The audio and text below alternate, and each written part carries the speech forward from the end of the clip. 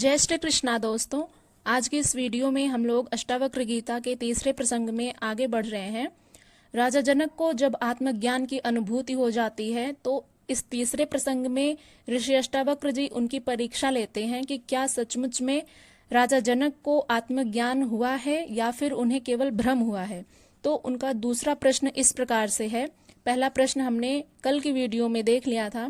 आगे वे प्रश्न करते हैं, आत्मा ज्ञानादहो प्रीतिर विषय भ्रम गोचरे शुक्तेतर ज्ञानतो लोभो यथा रजत विभ्रमे। अर्थात राजा जनक से ऋषि अष्टावक्र जी प्रश्न करते हैं कि आश्चर्य है कि आत्मा के अज्ञान से विषय का भ्रम होने पर वैसी ही प्रीति होती है जैसी सीप के अज्ञान से रजत यानी चांदी की भ्रांति में लोभ पैदा होता है। कहने का भाव यह है कि अष्टावक्र जी यहाँ पर राजा जनक से प्रश्न कर रहे हैं कि आश्चर्य है कि आत्मा के अज्ञान से विषय का भ्रम होने पर वैसी ही प्रीति होती है जैसे सीप के अज्ञान से रजत की भ्रांति में लोभ पैदा होता है। जिस प्रकार से व्यक्ति जब आत्मा को नहीं जानता है, आत्मज्ञानी नहीं होता है, वह स्वयं को नहीं जानता है, तो उसी आत्मा के अज्ञान से विषय का भ्रम होता है। वैसी ही प्रीति होती है जैसे सीप के अज्ञान से, जब तक कि हम सीप को नजदीक से नहीं देखते हैं तो दूर से वह हमें रजत यानी चांदी की भांति दिखाई देता है, उसी की भ्रांति हमें होती है। और जब सीप को हम रजत की तरह देखते हैं तो रजत यानी चांदी के प्रति जो लोभ होता है वह मानव मन का जो चंचल स्वभाव है उसके प्रति लोभ उत्पन्न हो जाता है।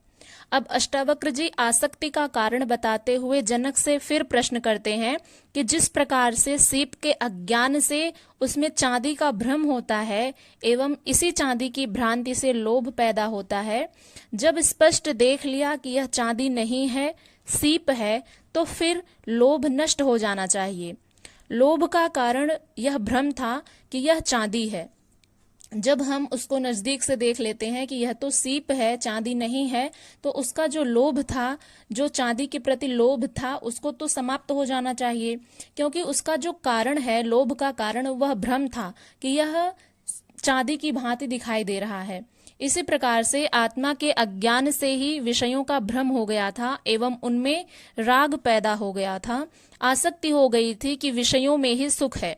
जैसे जो सांसारिक मनुष्य हैं, हम सब, हमें आत्मज्ञान की अनुभूति नहीं हुई है, और जब आत्मज्ञान की अनुभूति हो जाएगी तो ये जो संसार में हम विषयों के प्रति आसक्त होते हैं वो सब क्षणिक हैं, वे सब नष्ट हो जाएंगे जैसे ही हमें आत्मज्ञान की अनुभूति होगी। तो इसी प्रकार से ऋषि अष्टावक्र जी कहते हैं कि आत्मा के अज्ञान से ही विषयों का भ्रम हो गया था एवं उनमें राग पैदा हो गया था और यह आसक्ति हो गई थी कि विषयों में ही सुख है, किंतु अब तो आत्मज्ञान होने से यह भ्रम छूट जाना चाहिए था। और आश्चर्य है कि आत्मज्ञान के बाद भी तुम इन विषयों को नहीं छोड़ रहे हो एवं इन विषयों में तुम्हारी प्रीति अभी भी बनी हुई है। इसका क्या कारण है? इस प्रकार से ऋषि अष्टावक्र जी प्रश्न करते हैं कि जिस प्रकार जब हम सीप को चांदी समझ लेते हैं तो हमारे मन में लोभ उत्पन्न हो जाता है, उसी प्रकार से जब हम आत्मज्ञानी नहीं होते हैं, हमें स्वयं के स्वरूप का ज्ञान नहीं रहता है, तो हमें इस संसार में जो वासनाएं हैं वही सच लगती हैं और उन्हीं के प्रति हम आसक्त हुए फिरते हैं। तो यहाँ पर कहते हैं कि आत्मज्ञान के बाद तो ये सब विषय आसक्ति जो है वो सब नष्ट हो जानी चाहिए थी। तो इसका क्या कारण है कि अभी भी तुम्हारी प्रीति इसमें बनी हुई है? तो यह प्रश्न है अष्टावक्र जी का। अगले सूत्र में अष्टावक्र जी पुनः कहते हैं, विश्वस्फुरित यत्रेदम तरंग इव सागरे सोहमस्मीति विज्ञाय किन दीन इव धावसी। अर्थात जहाँ यह विश्व आत्मा में समुद्र में लहर के समान स्फुरित होता है वही मैं हूँ, ऐसा जानकर क्यों तू दीन की तरह दौड़ता है। अष्टावक्र जी पुनः प्रश्न करते हैं। दूसरे प्रश्न के बाद यह तीसरा प्रश्न है कि जहाँ पर यह विश्व आत्मा में समुद्र में लहर के समान स्फुरित होता है, मैं वही हूँ, ऐसा जानकर तुम दीन की तरह क्यों दौड़ते हो। अष्टावक्र जी कहते हैं कि जो स्वयं आनंदित नहीं है वही दूसरों में आनंद ढूंढता फिरता है, जो स्वयं सुखी नहीं है वही विषयों में सुख खोजता है। जो स्वयं तृप्त नहीं है वही भिखमंगे की तरह दूसरों से तृप्ति प्राप्त करना चाहता है, किंतु दूसरे कभी सुख आनंद नहीं दे सकते। विषयों से क्षणिक सुख मिल सकता है, किंतु सच्चा आनंद नहीं मिल सकता। इन क्षणिक सुखों की प्राप्ति के लिए मनुष्य चोरी, बेईमानी, झूठ, कपट, शोषण, रिश्वतखोरी, धोखा, फरेब इत्यादि करता है। न जाने कितनों को कष्ट पहुंचाता है, गला घोंटता है, भ्रष्ट लोगों की चाटुकारिता करता है, अपने को दीनहीन समझकर दूसरों को अन्नदाता और गरीब नवाज और मालिक कहता है। यह सब किस लिए? क्यों हम दूसरों को इन सभी संज्ञाओं से विभूषित करें? क्यों हम दूसरों को अन्नदाता कहें, गरीब नवाज कहें, मालिक कहें? यह सब क्यों हम दूसरों को कहें, जबकि हम स्वयं में ही तृप्त हैं, संपूर्ण हैं? यही प्रश्न अष्टावक्र जी कर रहे हैं कि यह सब किस लिए? इसलिए कि वह यह समझता है कि ये मुझे सुख देंगे। इस कारण से व्यक्ति दूसरों को मालिक कहता है, दूसरों को अन्नदाता कहता है।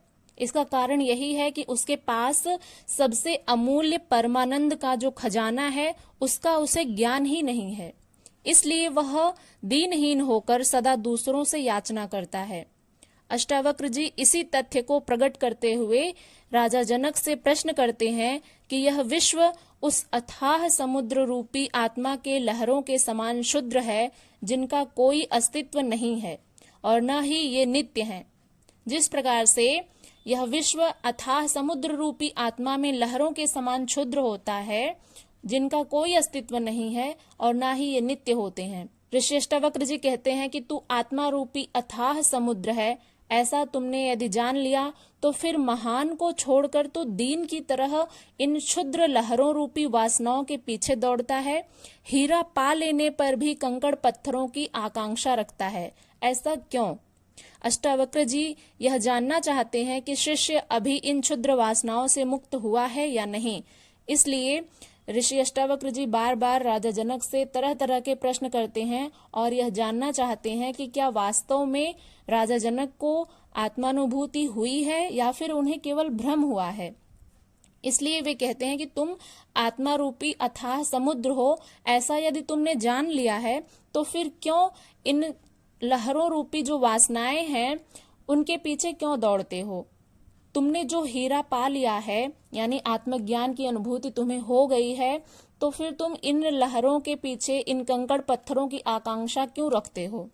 अष्टावक्र जी इन्हीं सब प्रश्नों के माध्यम से यह जानना चाहते हैं कि क्या जनक को वास्तव में यह आत्मानुभूति हुई है या फिर उन्हें केवल भ्रम हुआ है।